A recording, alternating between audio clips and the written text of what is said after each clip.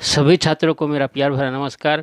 आज हम लोग 7वीं कक्षा के हिंदी विषय में इकाई 3 कुत्ते की वफादारी के बारे में जानेंगे समझेंगे।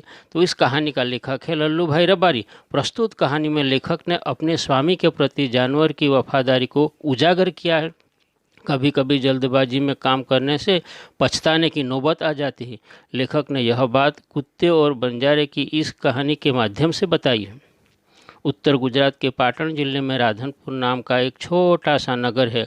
वहाँ एक तालाब है जिसके तट पर एक कुत्ते की समाधि है। समाधि और वह भी कुत्ते की।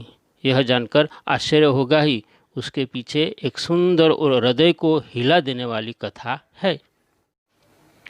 पुराने ज़माने में व्यापार का सामान लाने ले जाने का काम बंजारे करते थे। एक बंजारा था। वह अपने ऊँटों पर गांवों का माल सामान लादकर शहरों में ले जाता था और वहां से मिश्री, गुड़, मसाले आदि भरकर गांवों तक ले आता था। लाखों का व्यापार था उसका, इसीलिए लोग उसे लाखा बंजारा कहते थे। लाखा के पास एक सुंदर कुत्ता था। कुत्ता बड़ा वफादार था। रात को वह बंजारे के पड़ाव की रखवाली करता था।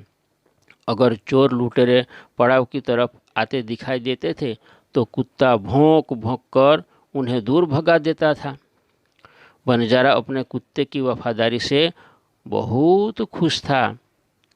एक बार बंजारा व्यापार में मार खा गया और रुपयों की ज़रूरत आ पड़ी। वह राधनपुर के एक सेठ के पास पहुंचा। उसने अपनी बात बताई।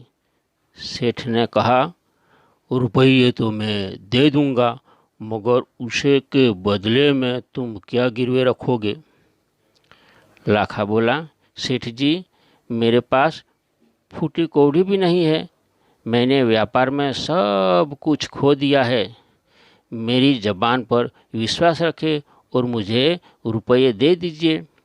मैं आपकी पूरी रकम सूद समेत 1 साल में ही चुका दूंगा। सेठ बोले, कोई बात नहीं, तुम्हारे पास यह कुत्ता है तो तुम इसे ही जमानत के रूप में दे दो।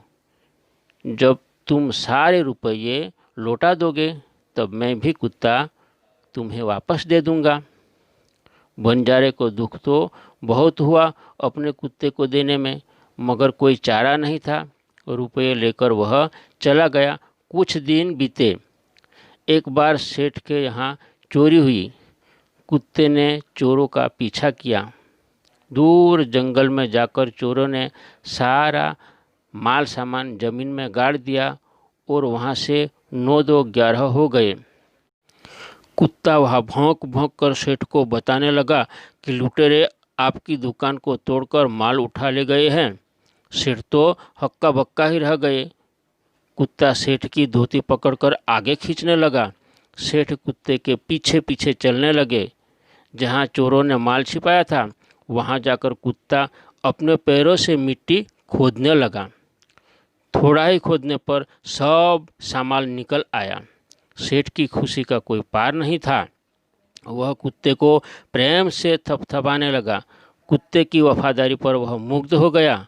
घर जाकर उसने एक चिट्ठी लिखकर कुत्ते के गले के पट्टे में बांधकर कहा, कुत्ते भाई, जाओ तुम अपने मालिक लाखा बंजारा के पास, तुम मुक्त हो। कुत्ता खुश हो गया और अपने मालिक से मिलने के लिए जल्दी जल्दी भागने लगा। इधर लाखा ने भी व्यापार में खूब रुपया कमाया। वह सेठ को उसकी रकम वापस करने के लिए उसी रास्ते से आ रहा था। उसने दूर से अपने कुत्ते को अपनी ओर आते हुए देखा। वह नाराज हो गया।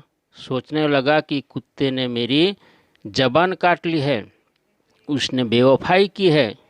अब मैं सेठ को क्या मुंह दिखाऊंगा? उसने आव देखा न ताव, बस कुत्ते के माथे पर लाठी का प्रहार कर दिया। कुत्ता बेहोश होकर गिर पड़ा। लाखा ने देखा कि कुत्ते के गले में एक चिट्ठी बंधी है। उसने इसे खोलकर पढ़ा, लाखा, तुम्हारे कुत्ते ने मुझे सूद समेत रुपये लौटा दिए हैं, अतः कुत्ते को मैं मुक्त करता हूँ उसने मेरे घर चोरी की गई माल सामान को वापस दिलवा दिया है। खुश होकर मैंने स्वयं इसे मुक्त किया है। लाखा तो चकित हो गया। वह चिल्लाने लगा, हाँ यह मैंने क्या कर दिया, हाँ यह मैंने क्या कर दिया। वह कुत्ते के शव को अपनी गोद में लेकर फूट फूट कर रोने लगा। लेकिन अब पछताए होत क्या, जब चिड़िया चुग गई खेत। उसने उस वफादार कुत्ते की समाधि बनाई जो आज भी पाटन जिले के राधनपुर के तालाब के किनारे पर खड़ी है और उस कुत्ते की वफादारी की कथा संसार को सुना रही है। इस इकाई से हमें ये सीख मिलती है कि कोई भी कार्य हमें सोचे समझे बिना नहीं करना चाहिए। जल्दबाजी में कोई भी कार्य करने से नुकसान हो सकता है। धन्यवाद।